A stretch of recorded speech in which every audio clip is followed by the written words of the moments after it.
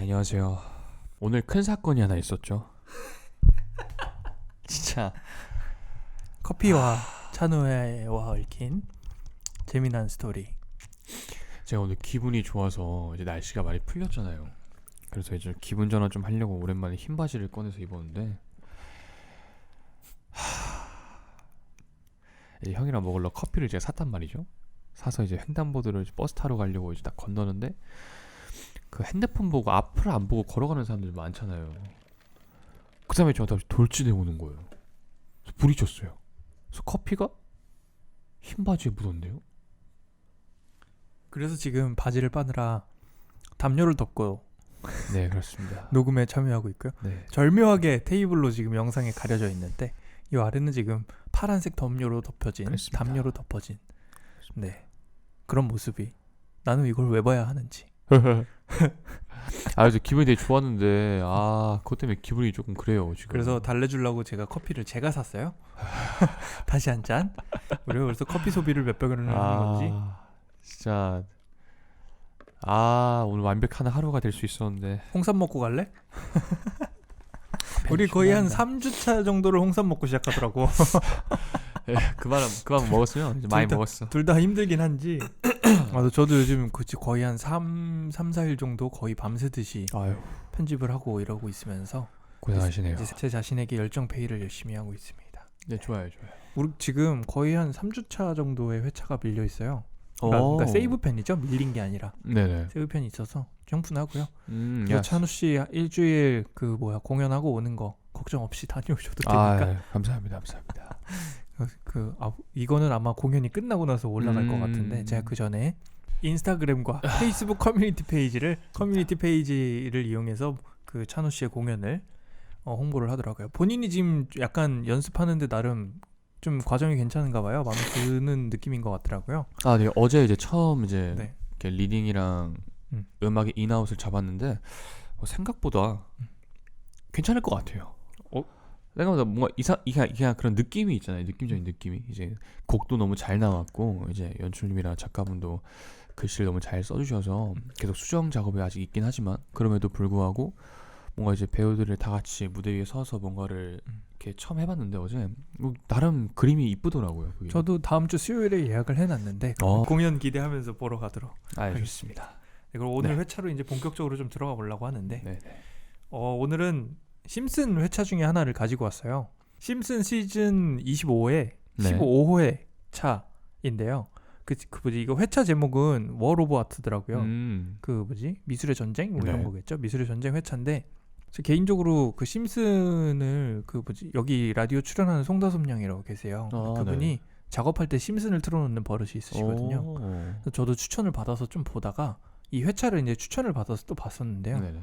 되게 짧은 회차면서도 그 심슨 특유의 블랙 코미디가 난무하지만 정말 그 미술에 대해서 또 생각해볼 키워드를 많이 던져주는 맞아요. 그런 한 편인 것 같거든요. 맞아요. 한 20분, 25분 정도밖에 안 되지만 굉장히 많은 것들을 담고 있어서 이야기가 굉장히 좀 재밌을 것 같다는 생각을 옛날에 한번 해야지라고 제가 적어놨었는데 이렇게 기회가 돼서 또 얘기를 나눠보게 됐고요. 그 약간 시작은 조금 이상하게 시작이 되잖아요. 갑자기 그 리사가 기니피그를 하나. 저 인사를 안 했어요 또. 인사를 안 했다고? 그럼 크게 좀 얘기해줘. 그 입모양으로 하면 내가 어떻게 알아요? 센스 아닙니까? 그 자, 정도면. 인사를 하도록 하겠습니다. 면집을 여기서 하고. 항상 저 인사를 안 하더라고요. 항상. 그런 거 좀 챙겨주시라고 제가 불러온 거 아닙니까? 저도 잘 챙겨드리죠.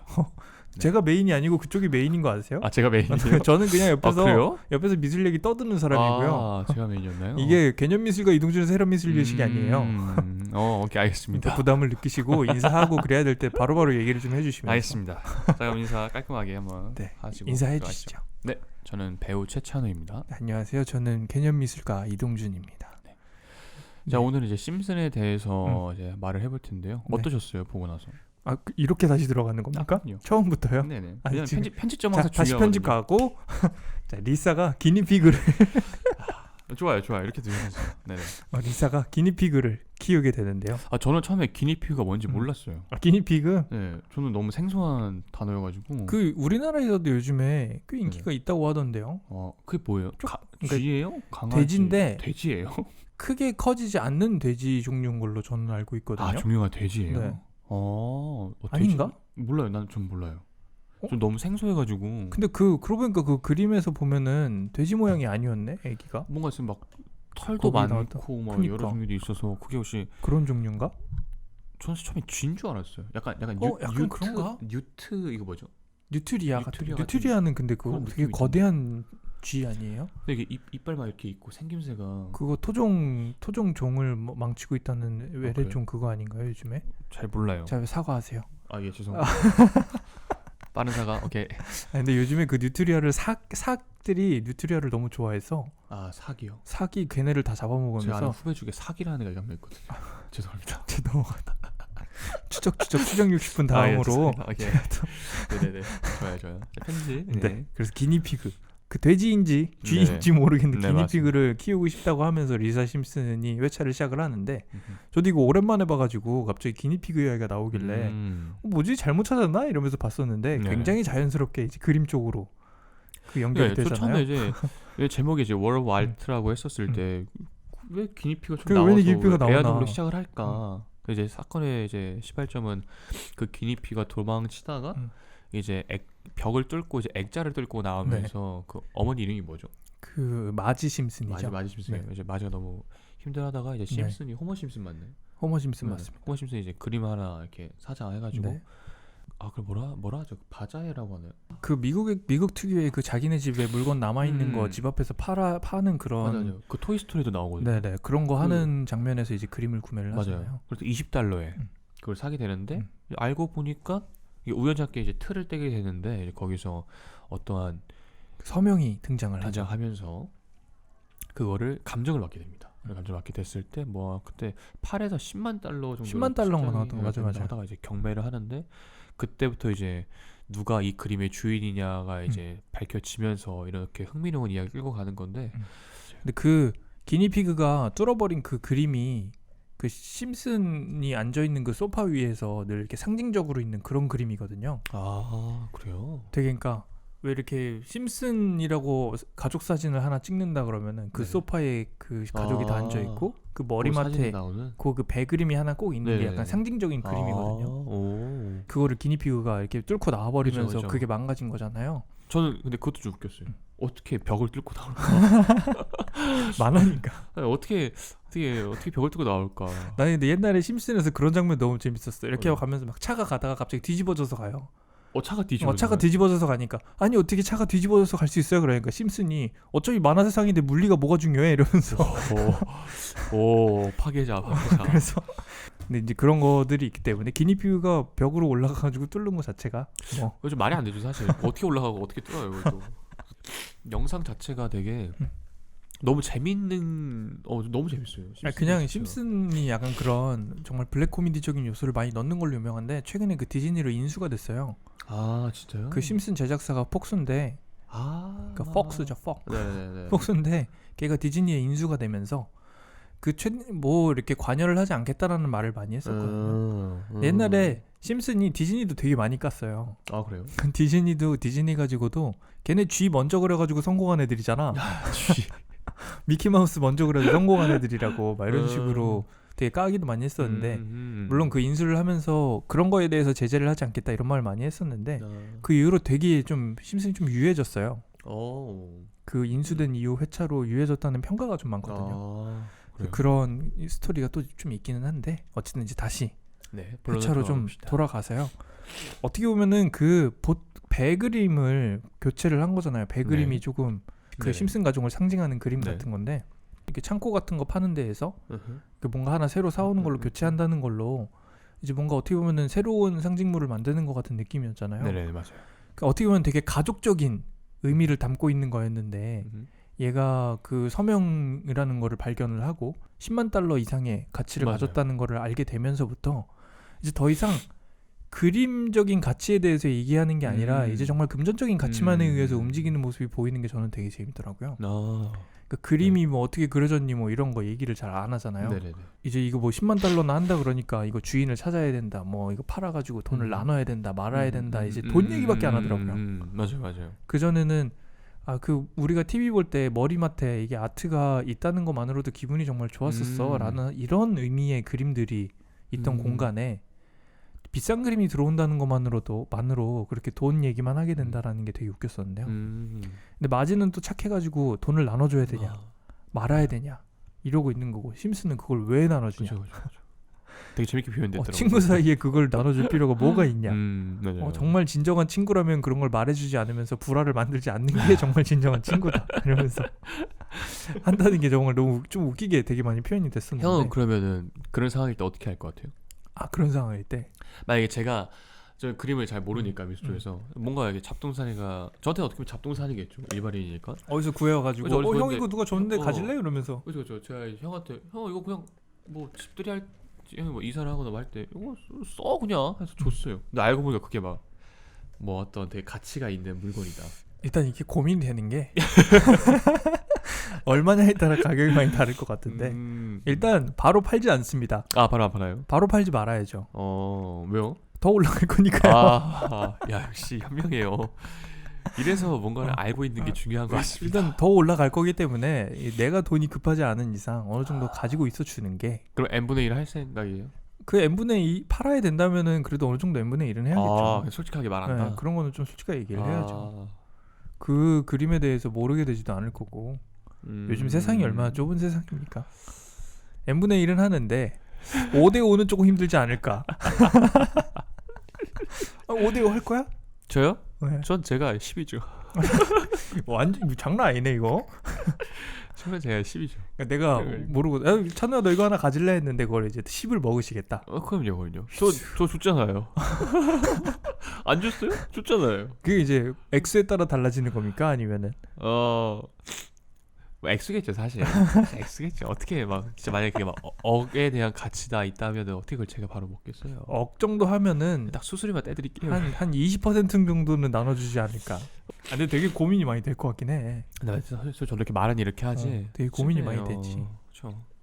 그 심슨은 어쨌든 그림에 대해서 가치를 두는 사람이 아니잖아요. 예술을 그죠. 보는 사람이 아니란 말이죠. 그래서 이 사람이 이게 막 10만 달러나 한다 그러니까 그렇게 얘기한단 말이에요. 이거 되게 쓰레기 샐러드처럼 생겼는데 이게 10만 달러라고 이런 말을 한단 말이에요. 맞아. 그 장면이 너무 웃기다. 그러고 나서 얘기를 하는데 근데 이게 정말 예술의 좋은 점이라고 하면서 그 다음에 이게 정말 예술에 대한 좋은 점이야. 왜냐면 누구나 다 이게 얼마나 엉망진창인지 의견을 가질 수 있거든. 사실 이게 영어로 해도 이게 얼마나 썩인지 모두가 의견을 가질 수 있다라고 이제 영어로 표현이 됐는데 영어를 잘 하시니까 그런 의미도 다 알아들으시네요. 그렇지 않습니다. 저는 모르겠던데요. 이게 잘했는지 의견을 가지는 게 아니라 이게 얼마나 거지 같은지 모두가 의견을 가질 수 있다. 그래서 너무 예술의 좋은 점이라고 얘기하는 게 난 진짜 심슨은 이런 거로 보는 거다라고 하면서 맞아.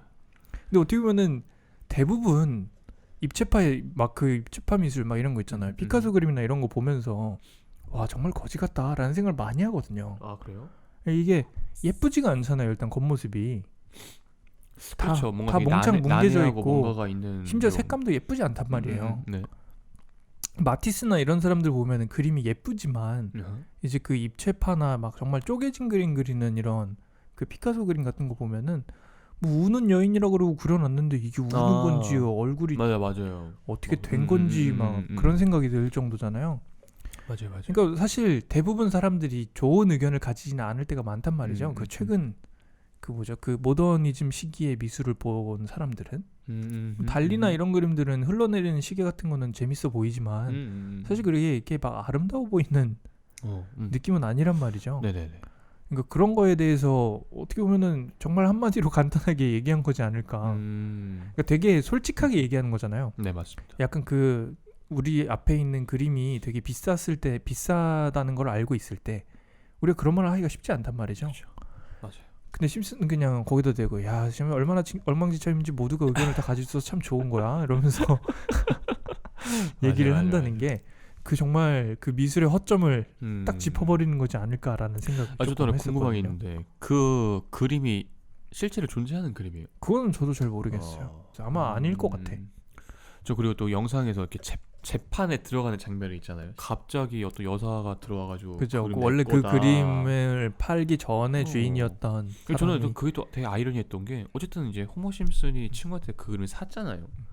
근데 경매를 이제 하게 됐을 때 주인이 계속 바뀐 거잖아요. 호머 심슨이었다가 친구였다가 그 여자에다가 쭉 경매가 중지가 돼서 안 하겠다 이렇게 말을 했잖아요. 그럼 경매를 할 때 그 미술품이 자체가 누구의 소유인지가 중요한 건가요? 근데 그거는 미술품에서만이 아니라 모든 물건을 사고 팔 때 본인 건지를 확인하고서 판매를 해야 되는 건 어쨌든 맞는 거니까. 그러니까 그게 이제 경매를 했을 당시에 그 시기 갑자기 들어와서 그거 제 거다 말하면 사실 멈춰요. 만화적인 부분이죠, 그거는. 아, 그쵸, 그런 거죠. 그죠. 그리고 그 여자도 사실 그 그림을 한 번도 가진 적이 없는 사람이잖아요. 맞아요. 꼬마의 아빠가 잠깐 이제 자기 부인이랑 떨어져 있던 맞아요. 시기에 그 다른 이제 여성과 잠시 이제 연애를 하면서 바나나 관계라고 하더라고요. 네. 정확히 봤어요. 그게 friend with benefit이라는 단어가 있잖아요. 그 benefit이 이익인데 이게 바나나 fish랑 아니죠. 비슷한 거잖아요. 그렇죠. 네. 이거 19금 걸어야 되고 이러는 거 아니겠죠? 뭐 어쨌든 그런 정확한데. 게 있어서 둘이 그렇게 표현을 하더라고요. 그러니까 둘이 연인 관계는 아니었지만 그냥 그런 관계였다라고 이제 장난스럽게 그렇죠. 얘기를 하는 예. 부분이었었는데 그래서 집을 쫓겨나게 되죠. 네, 어쨌든 그림을 구매했던 현장에 그 여자가 있었던 것뿐이지 본인이 구매했던 게 아닌 거잖아요. 네네. 근데 그 여자도 어떻게 보면은 그 그림에 대해서는 뭐 이거 뭐 감동을 느끼거나 이랬던 게 아닌데 그 그림이 비싸다는 소식을 듣고 나서 뭔가 어떻게 이렇게 발을 한번 얹어보려고 온 거잖아요. 맞아요. 그림을 보고서 감동을 하고 이러는 거랑 상관없이 그림의 가치가 있을 때 사람들이 어떻게 움직이는지를 되게 보여주는 맞아요. 그런 조금 적나라한 모습이 보인 거지 않을까 싶거든요. 맞아요. 이제 그러고 나서 이 그림이 사실 이 요한 온덴벨트라는 그 서명에 있는 사람이 그린 게 아니라 그 다른 모작 작가가 그려가지고 그냥 세상에 퍼뜨리고 있는 그런 그림이라는 걸 알게 되잖아요. 그러니까 사실 위작인 거죠. 네네. 그래서 그 위작을 이 그림을 구매했던 카페까지 가가지고 그 작가를 찾아서 이제 이게 위작이라는 걸 알고 나서 이제 그 작가랑 대화를 하는 그 마지막 장면이 굉장히 좀 강력한 임팩트가 있는 장면인 것 같거든요. 맞아요. 그 리사가 어떻게 보면은 되게 고지식한 인물이잖아요. 그래서 리사가 너 어떻게 이 많은 그림들을 그렇게 다 위작을 하면서 그 과거의 천재들이 해냈던 과거의 천재들이 평생 동안 이렇게 완성해낸 이 스타일을 어떻게 그렇게 훔쳐버릴 수가 있냐라고 이렇게 얘기를 하잖아요. 근데 그 남자가 어떻게 보면은 자기 되게 방어적인데 굉장히 강한 이야기들을 좀 한단 말이죠. 네. 뭐라 그랬더라? 당신은 정말 최악이에요라고 이야기를 했었잖아요. 네. 근데 그 남자가 사실 최악인 거는 너지 않을까라고 이야기를 하면서 맞아요. 너는 그림을 유명한 사람이 그렸을 때만 보기 때문에 너가 더 오히려 최악인 거야 라고 하면서 그냥 우리가 이 그림에 대해서 감동하느냐 마느냐 이 부분이 중요한 거지 않느냐 누가 그렸는지가 뭐가 중요하냐 애초에 라는 이야기를 하는 거죠. 그러니까 그 사람이 그림을 위작을 했다는 것만큼은 범죄 행위가 맞지만 만약에 이걸 금전적인 가치와 함께 보지 않고 정말 그냥 그림을 보고서 감동을 느끼는 부분으로만 만약에 그림을 살펴보는 거라면 그렇다면 이 사람이 뭐지 금전적인 거를 빼면은 사실 그렇게 막 범죄 행위를 한 거는 아니잖아요. 그냥 그림을 똑같이 그렸을 뿐이지. 네. 만약에 그걸로 해서 사람들한테 감동을 느끼게 했다면 또 그것도 되게 가치 있는 것 같다는 생각이 들기는 하는 거더라고요. 되게 좀 되게 애매한 부분인 거죠. 되게 아이러니했던 것 같아요. 저도 이제 되게 인상 깊었던 말이 감동을 받느냐 안 받느냐라는 말을 했었을 때 그게 참 그렇더라고요. 감동을 받느냐 안 받느냐가 중요한 거지 유명한 누군가가 그린 게 중요한 것이 아니다라는 말을 하는데 맞아요. 사실 만약에 정말 왜 미술품에 작가, 작품, 관객 이 세 가지가 저는 3대 요소라고 생각을 하거든요. 네. 이 3대 요소에서 만약에 작가를 빼고서만 생각을 해야 된다라고 한다면 작가가 중요하지 않은 상태라면 정말 유명인이라고서 우리가 그림을 보고 이게 유명인이 그려낸 비싼 그림이어가지고 그 그림을 보러 나타나는 이런 사회적인 모습이 이 만화 안에서 잠깐 나타났었잖아요. 네. 이런 게 굉장히 잘못된 것이라고 얘기하는 걸 수도 있는 거죠. 어떻게 보면 만약에 정말 제가 별로 좋아하지 않는 단어죠. 순수한 예술성이라는 게 만약에 정말 존재를 한다면 그 예술성이 누가 그렸느냐와 상관없이 정말 그 작품만을 보고서 느낄 수 있는 거라면은 유명한 사람이 그렸든 이 위작 작가가 그렸든 그 그림을 보고서 느낀 거로서 이미 중요한 거지 않을까라는 생각을 한다는 거잖아요. 네.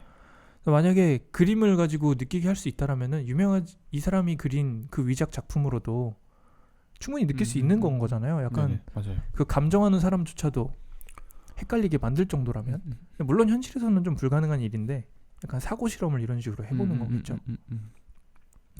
그래서 이런 또 만화가 또 주는 게 그런 거 그런 부분인 것 같아요. 그쵸. 현실성 차가 뒤집어져서 달릴 수 있는 거를 보여주듯이 맞아요. 또 그것도 하나의 어떤 풍자의 방법이었던 것 같고 어쨌든 되게 그러면서도 이제 저번 주 저저번 주 했던 예술에 대한 얘기를 했었을 때도 되게 비슷한 그런 생각들이 맞아요. 많이 나온 것 같거든요. 그래서 나중에 어쨌든 이제 그 사람이 그 작가가 그거는 내가 아는 방법이 하나 있다 하면서 뭐 그림을 이렇게 막 싹 그려주잖아요. 하나를 딱 그려주려 하는데 갑자기 심슨이 두세 개만 더 그려달라. 그러면서 다른 친구들 것까지 그렇죠. 그렸어. 이때 또 약간 심슨의 또 약간 그런 따뜻한 면이 나오면서 감동이었던 게 가족 사진을 딱 그려가지고 맞아. 그래서 그것도 뭔가 되게 그랬었고 그다음에 이제 마지가 돛담배를 딱 보고 나서 이제 다시 제자리에 돌아왔다 그랬나? 이거 그러니까 하나의 예술이 되었다 그랬나? 그 위작 화가가 그림을 그려주겠다라고 했는데 결국에는 그 돛담배 그림을 그려달라고 얘기를 해가지고 그걸 받은 거잖아요. 네, 그렇죠. 그래서 그 정말 만약에 그림의 가치만을 생각을 한다면은 늘 그 자리에 그 심슨이라는 가족과 함께했던 그 돛담배 그림만큼의 가치를 가진 그림이 없는 거죠. 정말 그 감동이나 이런 부분으로만 가치를 생각을 한다면 네. 우리가 그거죠. 저번 회차인가 저저번 회차에서 얘기했던 5살짜리 애기가 처음으로 부모님이 그림을 그려왔을 때 그런 감동이 만약에 정말의 미술의 가치라면 그 돛담배 그림만큼 가치 있는 작품이 심슨 있었을까? 가족들한테 가치 있는 그림이 맞아요. 없는 거죠. 그 10만 달러 그림이 아무리 그 머리 위에 맡아 있다고 해도 그 심슨 가족이랑 십수년을 같이 했던 그 그림만큼 가치가 있을까? 라는 부분에 대해서 어느 정도 생각을 해보는 것이 아닐까 싶은데요. 그러다 보니까 이제 가치라는 면에 대해서도 되게 여러 가지를 생각할 수 있을 것 같아요. 그 혁이가 말한 대로 그 작품이 나에게 어떠한 관계성이 있고 나에게 어떤 의미가 있는지 자체가 금전적으로 이제 표현할 수 없는 나만의 가치가 될 것이고, 그래서 사실 요즘에 또 이제 어떻게 보면 또 각자 생각하는 가치 있는 것들이 본인들한테 있잖아요. 맞아요. 또 저 같은 경우에는 이제 제가 제일 노력을 많이 하고 제가 제 생활을 돌아보면서 느꼈던 거는 제가 이제 입시를 하고 첫 연기를 했을 때 그 시기인데 제가 콩쿠르를 나갔을 때 어떠한 음악을 가지고 제가 콩쿠르를 나갔었어요. 근데 그 음악을 제가 아직도 공연에 올라가기 전이나 어떤 작품을 만나기 전에 항상 그거를 듣고 들어가거든요. 그러니까 그 음악 하나만큼은 저한테 있어서 다른 어떤 음악들보다 물론 그 음악이 음악성 자체가 뛰어나든 안 뛰어나든 걸 배제하고 나서도 저한테는 굉장히 큰 가치가 있는 음악으로 느껴지거든요. 약간 이게 초심을 느끼게 하는 그런 되게 그러니까 그 노래 딱 트는 순간 주마등처럼 모든 게 다 스쳐지는 거예요. 저한테는. 스토리가 되게 좋은데? 네, 되게 멋있는데? 제가 딱 처음 그 무대에 발을 딛는 순간부터 제가 다 생각이 나요. 어떻게 그걸 준비했고 어떤 사람들을 만났으며 제가 어떻게 했는지 이런 게 다 생각나니까 저한테만큼은 그 음악 자체가 굉장히 큰 임팩트가 들어오거든요. 왜냐면 또 이제 그 마지 심슨이 자기한테 돛담배고 되게 행복했을 때 그런 같은 경험을 한 적이 있다 보니까 저도 그게 되게 인상 깊더라고요. 그게 10만 달러짜리 그림을 받는 것보다 돛담배를 다시 받았을 때 뭔가 그 망쳐졌던 그림인 거잖아요. 되게 가치 있던 그림이 똑같이 그려져가지고 내 자신한테 돌아왔을 때 그 느끼는 안도감 같은 거랑은 정말 그 느끼는 감정의 크기가 다를 거란 말이죠. 맞아요. 물론 10만 달러짜리 그림이 생겼다는 그 쾌락도 꽤 클 수 있어.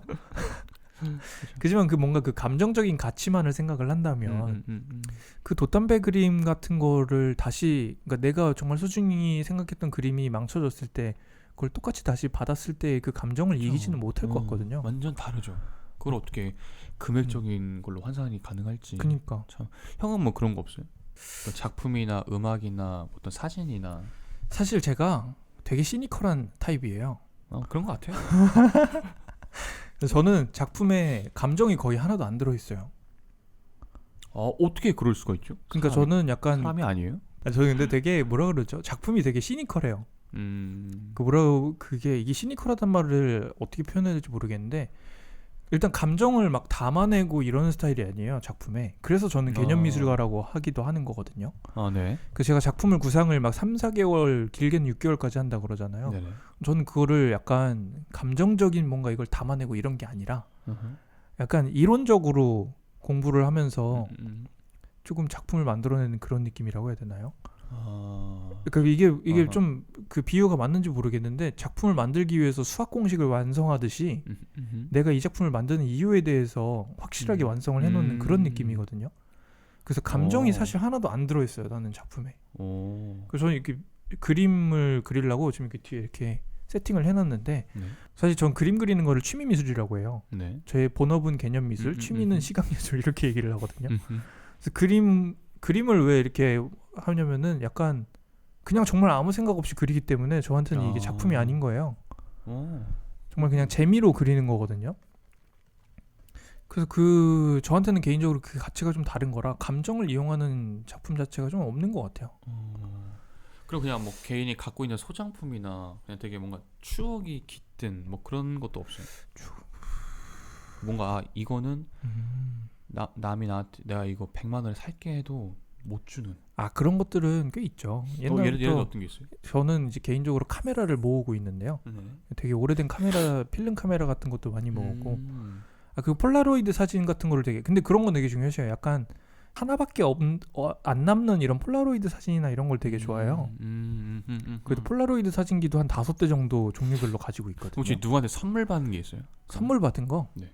그러니까 본인이 산 거 말고 누군가에 의해서 받은 되게 왜 이렇게 끄집어내려 그래? 그런 거 없어. 있을 수도 있잖아요. 전 있어요.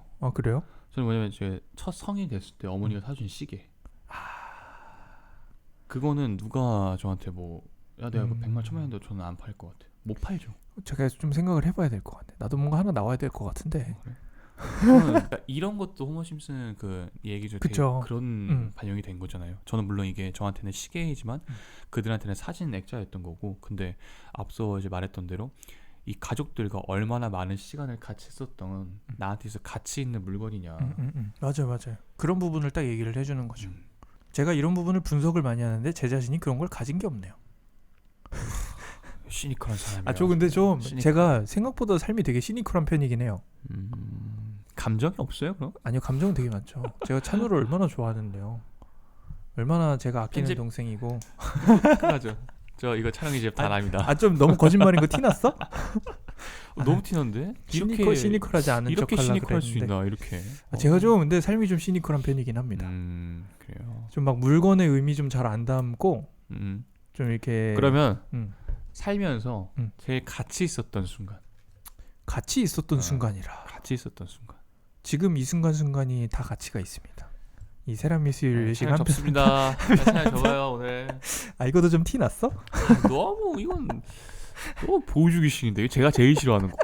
야, 너가 제일 많이 하잖아 근데 제가요? 하면서. 아니에요. 여러분 제가 뭐 하는 거 아닙니다. 제가 어떻게 보여주지? 저 그런 거 되게 싫어하거든요. 저. 어쨌든 뭐 살면서 그러니까 가치를 이렇게 논할 수 있다라는 것 자체가 참 많은 것 같아요. 물론 기준치도 다 다르겠지만 그러다 그런 가치 자체가 예술에 포함이 되고 그게 금전적으로 바뀌고 이게 계속 도는 것 같거든요. 어떻게 보면은 이제 거기서 또 끄집어냈던 게 예술이라는 것 자체가 누군가에게 감동을 주고 누군가에게 가치가 있는 거라면 그것 또한 예술이지 않느냐. 즉 마음을 울릴 수 있다라는 것 자체가 예술이지 않을까. 그게 어떠한 천만 어떤 액수든 간에 무엇이 중요할까. 그러니까 뭐가 더 중요하냐. 근데 살짝 저희가 그때 말했던 돈이냐 명예냐에 대한 그쵸. 약간 비슷한 그 부분도 비슷한 느낌인 것 같고 저번에 얘기했던 최고의 작품도 약간 담겨 있는 것 같고 약간 돌고 도는 것 같긴 한데요. 근데 이게 그 얘기도 좀 있는 것 같아요. 이게 비싼 작품이라는 게 너를 감동시키는 작품이 아니야라는 메시지를 확실하게 담고 있다는 생각을 저는 개인적으로 하거든요. 맞아요. 저 솔직히 또 말하면 모나리자를 딱 처음 가서 봤는데 없어요. 저한테 있어서 아무런 가치가 없어요. 맞아. 모나리자를 진품으로 보는 것보다 이게 정말 대단한 그림이라고 교과서에서 봤을 때 우리가 어쩌면 감정의 동요가 더 많이 올 수도 있어요. 왜냐면은 되게 거대할 거라고 생각을 하면서 뭔가 맞아요. 보면은 되게 감동적일 거라는 환상을 가지거든요. 그 환상을 가지는 그 순간이 오히려 더 감동적이라고 할 수 있을 만큼 모나리자의 진품을 본다는 게 정말 그 환경적이나 맞아요. 사람 정말 무구구르구되면서 그거 하나 보겠다고 하고 있는 그 상황과 그런 것들을 생각을 하면은 정말 느끼는 게 많이 없기는 하거든요. 맞아. 그래서 그런 부분도 확실히 얘기하는 것 같기도 하고 꼭 유명한 사람의 그림이고 비싼 그림이라고 널 감동시키는 게 아니야라는 거를 좀 하는 거지 않을까라고 생각을 많이 했었는데 제일 중요한 포인트인 것 같습니다. 네, 사실 제가 이 회차를 보고서 작품을 하나 만들고 싶은 게 좀 생각이 났던 적이 있었어요. 저희 불가능에 가까운 작품이라 지금은 거의 생각을 접어놓은 상태인데 저는 되게 이제 시니컬한 작품을 한다고라고 이야기를 했잖아요. 네. 그래서 작품에 혼이 담긴다는 말에 대해서 저는 믿지를 않았어요. 네. 혼이 담긴다. 그러니까 그 붓 하나하나에 혼이 담긴다. 아하. 이 말에 대해서 조금 파악을 좀 해보고 싶다라는 생각을 좀 했었거든요. 그래서 그냥 정말 가정을 한번 해본 거예요. 네. 만약에 카메라 같은 거를 거의 한 20, 30대 정도를 이렇게 설치를 해가지고 와우. 정말 뭐 불가능하지만 피카소나 이런 사람들이 그림 그리는 장면을 찍는 거예요. 어허. 그 20, 30대를 해서 정말 디테일 하나하나까지 네네. 다 잡아내는 거죠. 네네. 그래서 이제 로봇팔이나 이런 거를 정말 이제 섬세하게 그림을 그려낼 수 있는 섬세하게 움직일 수 있는 로봇팔 네네. 같은 거를 해서 어허. 붓이랑 이런 거랑 정말 물감을 이용하는 정말 그 나노미터 단위에까지 맞춰가지고 그림을 똑같이 그리게끔 세팅을 하는 거예요. 피카소가 그리는 그림을 그렇게 20, 30대가 찍고 그걸 이제 옆에서 기계가 똑같이 그려낼 수 있는 거야. 정말 나노미터 단위까지 정말 그 붓 하나하나까지 했을 때 정말 똑같은 그림이란 말이죠. 근데 그래도 그 차이는 있을 것 같아. 똑같아도 아닌가? 그러니까 이 심슨에서 얘기하고 있는 거는 그 둘이 무슨 차이가 있냐라는 이야기잖아요. 맞아요. 사실 피카소가 뭐 혼을 담아서 그렸다고 한들 그걸 똑같이 그냥 그 그림을 결과물이 똑같다라면 그렇죠. 그래서 만약에 이 둘을 가지고 이제 섞어놨어. 섞어놓고 아무나 준 거예요. 피카소가 그린 그림이라 그러면서. 그랬을 때 누구나 다 와 피카소가 그린 거래라고 한다면 똑같다라는 거죠. 그렇죠. 그러니까 혼이 담긴다라는 말이 이게 내가 느낄 수 있고 이런 게 아니라 이런 부분을 이제 그러니까 아우라 이론이라는 게 있는데 이 둘 그림을 봤을 때 이 두 그림이 가지고 있는 차이는 딱 하나밖에 없거든요. 어떤 거죠? 피카소가 그렸느냐 로봇이 그렸느냐.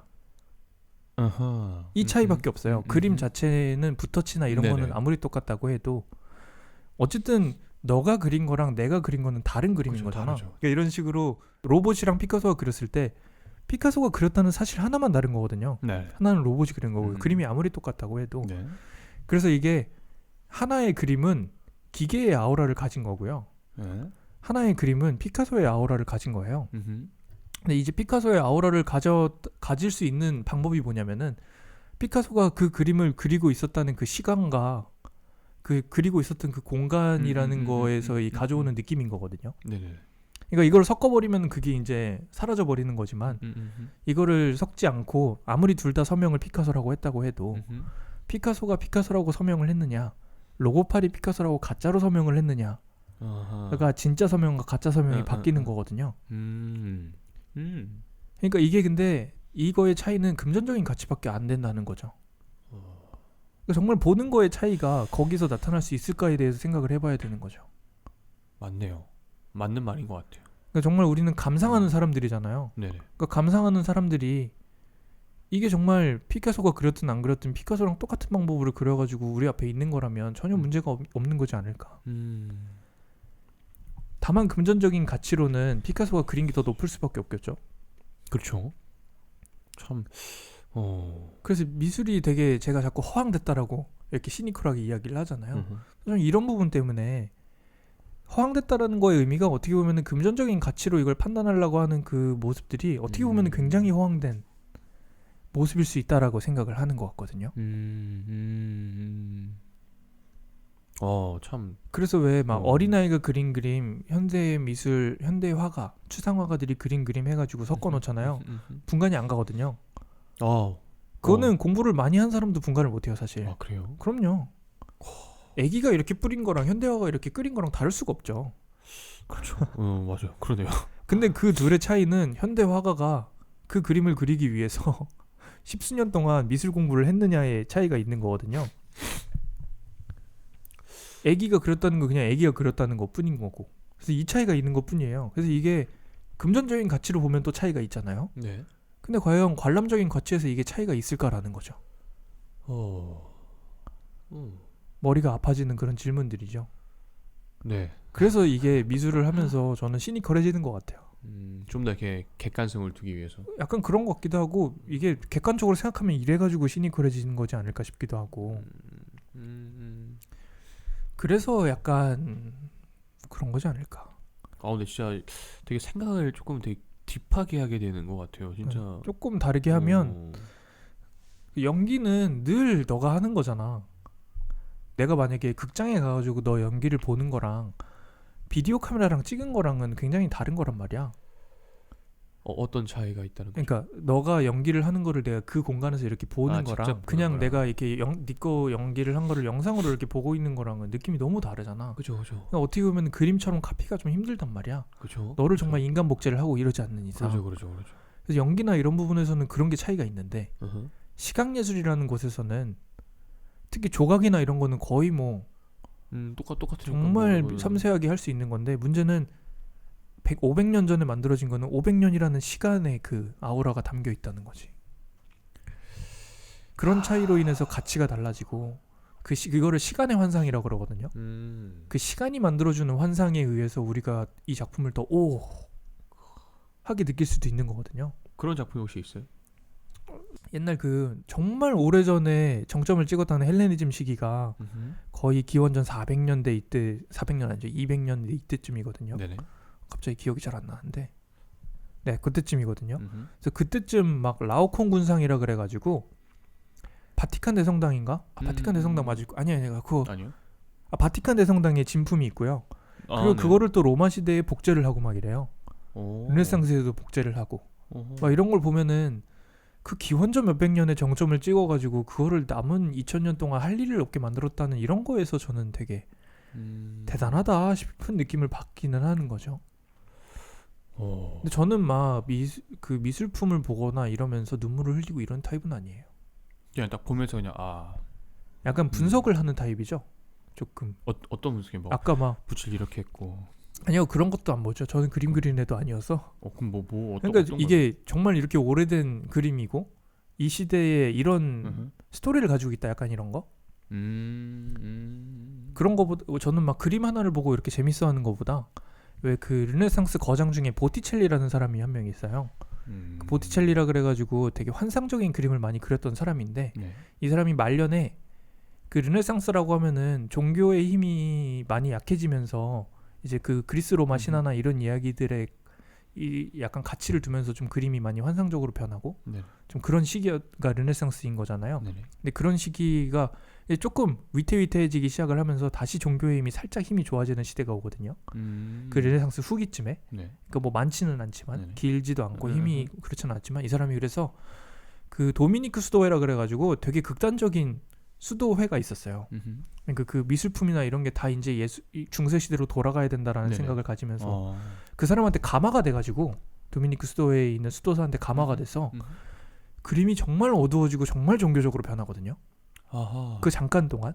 아하. 그리고 본인 그림을 그렇게 다 불태웠대요. 옛날에 그리스 로마 신화 이런 거를 배경으로 그렸다는 걸 너무 싫어해서 자기 자신을 이렇게 미워하고 그래가지고 그 종교에 벗어난 그림을 그리고 막 이랬다는 거예요. 그래서 이런 변화나 이런 전체적인 과정을 보는 걸 좋아하는 것 같아요.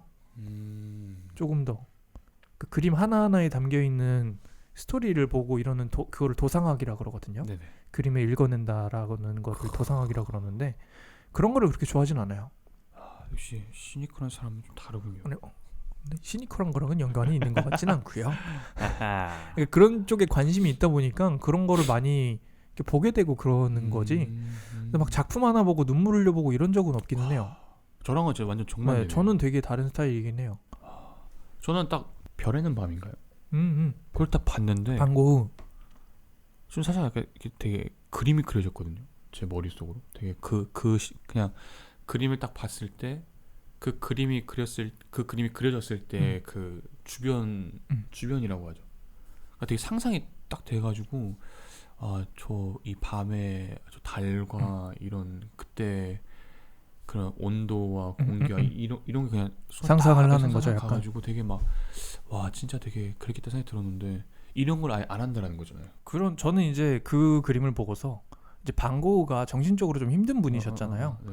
그래서 이게 정신적으로 좀 힘드신 분들이 세상을 이렇게 보나 하면서 분석을 해보면서 되게 이론적이네요. 약간 저는 그런 식으로 많이 바라보는 것 같아요. 반고흐가 정신이 정말 반 정도 많이 힘들어가지고. 그래서 반고 죄송해요. 야, 너 이런 거 잘한다. 아니 편집해주세요. 좋은데? 편집해줘요. 제가 너무 없어 보이잖아요 이거. 뭐가 없어. 드립이었는데. 그러니까 반고흐가 정신이 정말 조금 되게 많이 힘들어가지고 정신이 돌아올 때만 그림을 그렸대요. 그러면 작품 수 자체가 많지는 않겠네요. 그래도 꽤 많은 걸로 알고 있거든요. 근데 왜 우리가 막 해바라기 그림 막 이런 거 있잖아요. 유명한 네. 거 있잖아요. 네. 그게 사실 되게 대단한 그림은 그릴 때만큼은 그렇게 대단한 의미를 가지고 그린 그림은 아닌 게 그게 렘브란트랑 되게 친했다고 하는데요. 네. 렘브란트가 놀러 온다고 방이 너무 칙칙하니까 렘브란트 잘 방에다가 걸어놓으려고 그려놓은 거래요. 그런 거부터 와우. 시작을 해가지고 저는 약간 그림을 보고서 막 이게 감정에 빠져들기보다는 물론 그 표현이나 그런 게 대단하긴 해요. 반고흐는 진짜로 좀 독보적이라 할 정도로 그 어디서도 볼 수 없는 표현을 그 시대에 좀 그려내기는 한 것 같거든요. 지금 웬만한 화가들도 그 반고흐의 표현을 그러니까 그런 정도의 표현을 만들어내기가 쉽지는 않은 것 같아. 근데 약간 저는 이제 그분이 정신적으로 힘들었다는 부분에 대해서 생각을 하면서 네. 그랬을 때 약간 이런 식으로 그림이 그려지는 걸까라는 분석적인 의견을 가지게 되는. 근데 조금 이게 비슷한 얘기일 수 있는지 잘 모르겠는데 살짝 미쳐야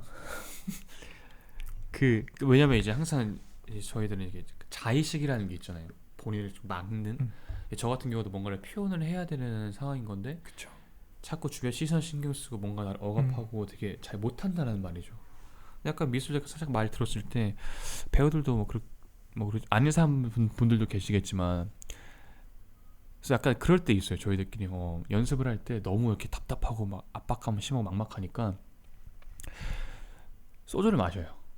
그래서 약간 알딸딸한 상태에서 내가 이렇게 딱 나를 내려놓고 마음껏 할 수 있을 때 그때 연기가 진짜 기가 막히거든요. 진짜. 제가 애들이 같이 MT 가가지고 그때 이제 끝나고 나서 다 같이 선생님이랑 같이 갔었었는데 이제 그때 저희들끼리 조그마한 이렇게 형식 발표를 했었어요. 2인 같은 걸로. 근데 이제 그렇게 연기를 했던 친구가 아닌데 갑자기 제 친구 그 두 놈이 술을 먹고 연기를 한 거예요.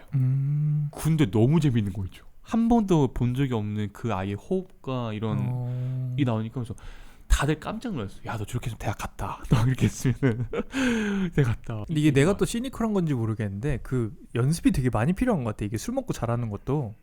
근데 이건 시니컬한 게 아니라 내가 옛날에 근데 그런 적이 있어요. 저도 옛날에 대학에 입시를 해야 되니까 포트폴리오를 만들어야 됐었거든요. 네네. 만드는데 그림이 너무 안 그려지는 거예요. 너무 좀 그리고 싶은데. 그래서 술을 한번 먹고 그려봤어요. 그러고서 하나 그리고서 잠들었거든요. 진짜 더럽게 못 그린 거야. 오히려 술 먹으니까 스킬이 떨어져가지고 더럽게 못 그리더라고. 대생이라고 하나? 대생이죠. 하고 막 하잖아요. 아까 이거는 어떻게 보면 조금 연관된 주제인 것 같은데 석고성 아이들이 다 그리잖아요. 제 눈에 다 똑같거든요, 그냥. 그렇죠. 맨날 그 남자 약간 이 파마한 머리 남자 보내가지고 상만이 석고상 그려가지고 다 똑같잖아요. 석고상을 그리려면 다 똑같은 걸 그려요. 근데 저는 한 번도 석고상 뒷면을 그린다던가 뭐 바닥을 그린다던가 그런 거 본 적이 없거든요. 근데 구도에 따라서 다르게 그리기도 하기는 할 거예요. 근데 이제 문제는 저는 모르겠어요. 저는 이제 석고상을 안 그려봤거든요. 네. 한 번도. 저는 패션 디자인 준비하다가 영국에 간 거라서 영국에서는 대생을 안 해도 상관이 없어요. 그래서 막 소묘나 조금 해봤었지만 석고상 한 번도 안 그려봤거든요. 똑같이 그리는 부분에 대해서 저는 뭐 엄청 긍정적이지만은 않은 게 물론 그것도 해봐야 된다라고 생각을 하기는 하는데 너무 똑같이 그리는 능력이 모든 작가가 다 필요하다라고 생각은 하진 않거든요. 그럼요. 그게 되게 어떻게 보면은 좀 무의미한 맞아요. 게 될 수도 있어요. 우리들한테는 항상 뭔가 색다르고 창의적인 게 필요한데 그쵸. 똑같은 걸 일관성 시켜버리면 이게 좀.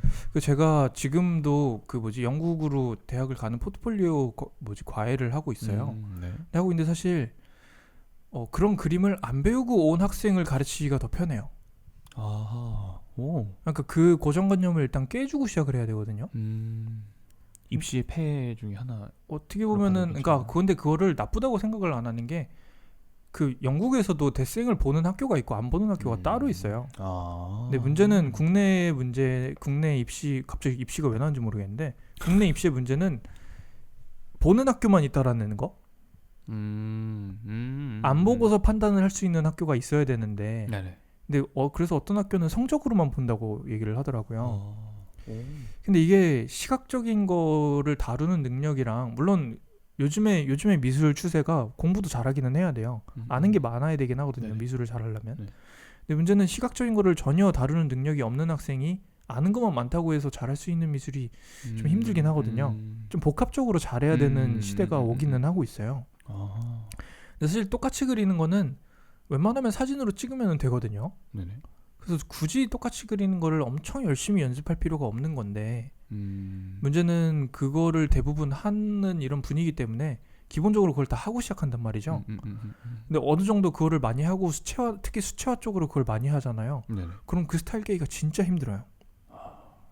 그 채색 방법이 있어요. 약간 그 한국만의 채색 스타일이 있거든요. 그래요? 수채화에서는 특히. 네네. 근데 그거를 깨기가 되게 어려워요. 이게 전 잘할 수 있을 것 같아요. 저는 그런 거 모르거든요. 근데 그런 모르는 상태에서 차라리 능력이 있으면은 훨씬 더 빠르게 만들 수 있어요. 포트폴리오를. 입학도 훨씬 더 빨리 시킬 수 있고요. 어쨌든 진짜 그런 고정관념을 깨는 게 참 중요하면서도 힘든 진짜. 왜냐면 저도 입시 얘기가 나와서 잠깐 생각이 난 건데 대부분의 연기 입시를 하는 학생들을 보면은 그냥 선생님들이 다 해주세요. 예를 들어서 두 발짝 나와서 정면 보고 대사 한 줄, 우측 돌아서 대사 한 줄, 가서 앉아서 앞에 보고 한 줄, 이렇게 가르치는 학교 꽤 있더라고요, 학원이. 그거를 그러니까 동선까지 다 잡아주는. 되게 기계적인 거죠. 정말 입시를 위한 연기를 아이들이 하고 있는. 저는 근데 한 번도 연기를 그렇게 시작한 적이 없거든요. 단 한 번도. 그래서 저도 되게 좋은 선생님 만났다고 항상 생각하는 게 이런 학원이 있다는 걸 나중에 깨달았어요. 저도. 그래서 제가 그 아이들을 봤을 때는 납득하기가 제가 더 힘든 거죠. 왜 연기를 그렇게 해? 왜냐면 저는 연기라는 게 입시 연기가 따로 있다고 생각하지 않거든요. 그렇죠. 연기가 다 같은 연기지 어떻게 입시 연기가 따로 있고 그냥 일상생활 하는 연기가 따로 있냐. 물론 대학 입시다 보니까 포커싱이라는 건 있겠죠. 어느 정도 틀이 존재를 하긴 하죠. 있겠지만서도 왜 연기라는데 일어나서 가서 한 줄, 돌아와서 한 줄, 앉아서 한 줄 이런 거 동선조차도 다 한다는 게 저는 되게 충격적이었거든요. 저한테. 애들을 무용 가르칠 때도 그냥 선생님들이 짜준 대로만 하는 아이들이 있어요. 맞아요. 근데 그 아이들을 제가 그냥 해봐라고 하면 못해요. 맞아. 그건 그래. 진짜 그래. 그냥 너 마음대로 끌리는 다음 해봐. 본인을 표현을 못해요. 항상 기계처럼 수동적으로만 하니까. 예술하고 이런 어떠한 생산적인 어떤 창의적인 일을 하는 사람들한테는 그런 게 참 깨는 게 힘든 것 같아요. 그런 고정관념 탈피하는 게 해야만 하는 일 중에 하나이지 않을까. 근데 포트폴리오는 그럼 어떤 구성인 거예요? 저는 이제 영국에서 대학을 다닐 때부터 계속 강사로 활동을 했었는데요. 일단 기본적으로 정해진 형식이 많지는 않아요. 그래요? 그래서 막 영국에서는 대학이 아예 그 사이트가 있어요. 원서를 넣는 사이트가 따로 있어요. 그 원서를 넣는 사이트가 있어서 예술학교도 있고 일반 학교도 거기서 다 넣을 수 있거든요. 아예 그 제도가 있어요, 걔네. 그래서 거기서 넣으면은 그 아예 인터뷰를 보러 오라고 바로 얘기를 하는 데도 있고. 인터뷰가 그러면 어떤 미팅 면접인 거죠. 그래서 포트폴리오를 다 들고 가야 돼요. 그때 기본적으로 A3 포트폴리오를 사용한다라는 약간의 기본적인 그 틀이 있어요. 그래서 거기 안에서 이 학생이 뭘 해야 하는지에 대해서 주제를 가지고 그 프로젝트를 풀어나가는 형식으로 하는 건데 그래서 그거를 너 아까 막 그랬잖아. 앞으로 가서 한 발짝 가서 뭐 하고 옆으로 가서 뭐 하고 이런 식으로 망해가지고 나한테 와가지고 고치느라 엄청 고생하는 학생들이 있어요. 그리고 나는 3개월에서 6개월이면 완성을 해주거든요. 같이 그래도 생각보다 조금 기네요. 그 3개월이면 긴 거. 근데 어떤 데는 1년, 2년 잡아요.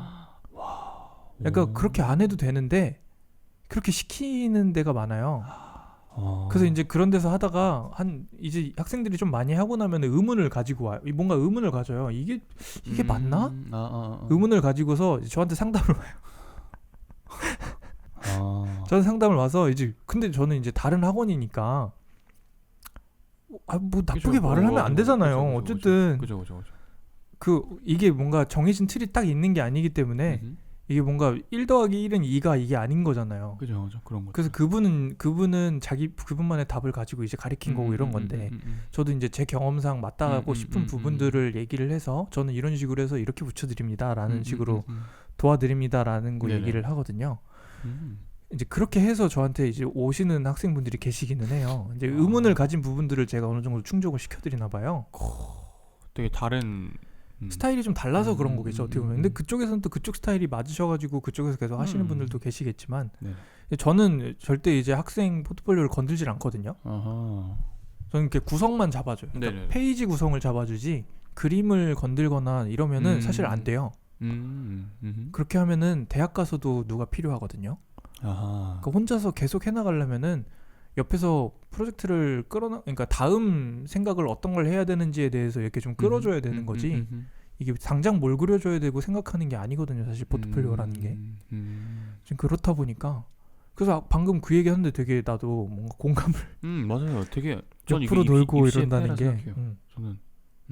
그래서 만약에 그 영국에서 입학사정관이라고 그러잖아요. 그 면접관들은 1년에 뭐 정말 10,000명 이렇게 보는 사람들이란 말이에요. 그렇죠. 엄청 많이 길게 10,000명까지 볼 거 아니에요. 근데 그중에 한국 학생들이 다 똑같은 수치화 기법을 가져온다고 해봐요. 그러면은 재미없는 학생밖에 안 되는 거거든요. 간단하게 정말 간단하게 맞아요. 재미없는 학생이 되는 거예요. 그래서 뭔가 자기만의 사고방식을 가져가지고 얘기를 뭔가 해준다던가 아니면은 그림 스타일이나 이런 부분에서 색감이나 이런 부분이 개인 스타일이 나오거든요. 본인이 좋아하는 색감이 있어요. 그래서 그 색감을 끄집어내주고 근데 그런 것들이 좋아하는 음악이나 이런 데서 나오는 거 알아요? 아니요. 이게 좋아하는 음악이나 이런 거를 가지고 다 분석을 하잖아요. 그러면은 심지어 음악 포스터 같은 거 있잖아요. 그 음악의 뭐라 그러죠? 앨범 아트? 커버 아트? 앨범 자켓 약간 그런 데서도 색감이 나와요. 그 음악만 들어보면 환상적인 거 좋아하는 분 계시고 막 그냥 기타 같은 거 치는 거 좋아하시는 분이 계시고 근데 기타 치는 음악이나 환상적인 음악이나 이런 데서도 그 음악의 색깔이 있기 때문에 커버가 비슷해요. 되게 신기하네. 그런 데서 색깔이 나오기도 하고 아니면 좋아하는 영화에서 색감이 나오기도 하고 그래서 그런 식으로 해서 이 학생 스타일이 뭔지 본인도 모르기 때문에 그거를 찾아줘야 되거든요. 약간 그런 거라 연기랑 어떻게 보면 되게 비슷한 거예요. 이게 오른쪽 가서 이 연기해야 되고 왼쪽 가서 이 연기해야 되고 이거랑 비슷한 거 같거든요. 진짜 그렇게 하는 거 정말 잘못된 거예요. 그림은 이렇게 그려야 되라는 게 진짜 말이 안 되는 게 그 포트폴리오는 내 그림 그리려고 하는 포트폴리오인데 그림은 이렇게 그려야 되라고 배움을 한다는 게 좀 문제가 있는 거기는 하거든요. 그러네요. 그래서 그런 부분들은 조심을 하시는 게 좋지 않을까 싶고요. 참 어떻게 심슨에서 가치적인 면 예술에 하다가 대한 여기까지 왔네. 금전적인 경제 어떠한 참 빙빙 돌아서 좀 멀리 온 것 같습니다. 이게 세라미술 휴식의 매력이지 않을까. 근데 어쨌든 그러니까 예술이 무엇인가를 토론을 하기 전에 앞서서 진짜 그 인물이 그 영상이 나왔던 그 요한이라는 작가가 올든벨트래요. 어떤 감동을 주느냐가 어쨌든 가장 핵심적인 메시지이지 않을까 그렇게 생각합니다. 감동을 받느냐 아니면은 시간과 돈의 환상에 의해서 우리가 감동을 사회적인 감동을 가지느냐 개인적인 감동의 가치를 두느냐 이 정도의 차이인 것 같은데 근데 뭐 이것저것 정말 깊게 생각해 볼 것 같기도 하네요. 되게 풍자도 잘해서 이게 입시 얘기가 나올 수밖에 없는 게 이게 입시라는 게 개인 스타일을 살려야 되는데 입시는 또 사회적인 틀이 존재하는 거라서 이 부분 사이에서 어떻게 줄다리기를 하느냐의 문제인 것 같아서 되게 비슷한 주제이긴 하네요. 어떻게 보면은. 근데 어쩌다가 또 이렇게 빙빙 돌았는데요. 오늘 요만큼 딱 좋죠? 아주 좋습니다. 지금 거의 1시간 넘게 녹음해가지고 내가 또 이제 자막 작업에 굴레에 빠질 것 같은데 근데 다음 주는 녹음을 못 하게 됐죠. 이제 공연을 하셔야 돼가지고 제가 다음 주부터는 이제 공연에 들어가게 돼서 그렇지만 저희 세라미술 휴식은 한 주 비지 않고 그대로 쭉 나가고 있고요. 저도 빨리 공연 무사히 하고 다시 또 돌아오기로 하겠습니다. 제가 공연하는 사진 열심히 찍어서 인스타든 페이스북 커뮤니티든 해서 올리도록 하겠습니다. 알겠습니다. 그 공연 잘 깨끗하게 마무리 잘 하시고 다시 또 돌아와 주시고요. 그거 끝났다고 안 돌아오고 그러면 안 되는 거 알죠? 저 핸드폰 바꿀 수도 있어요. 일주일 안 했다고 너무 마음이 편하다고 안 한다고 한다던가 이러지 말아주시고 제가 맨날 인사 까먹는데 이제 인사를 누가 잡아줍니까? 그러네요. 저작 이렇게 알겠습니다. 그러면 다다음 주에 뵙도록 하고요. 세라미술 휴식은 다음 주에 또 뵙고요. 그러면 오늘은 여기서 또 마무리를 하도록 하죠. 네. 제가 인사 먼저 오늘은 하도록 네, 알겠습니다. 하겠습니다. 네, 오늘 심슨 시즌 25의 15화에 대해서 얘기를 했고요. 제목은 이렇게 될 거예요. 심슨 시즌 25의 15화. 아주 좋아요. 네, 아주 좋고요. 좋아요. 네, 이렇게 가도록 하겠습니다. 네. 네, 개념미술가 이동준이었습니다. 네, 배우 최찬우였습니다. 안녕. 안녕.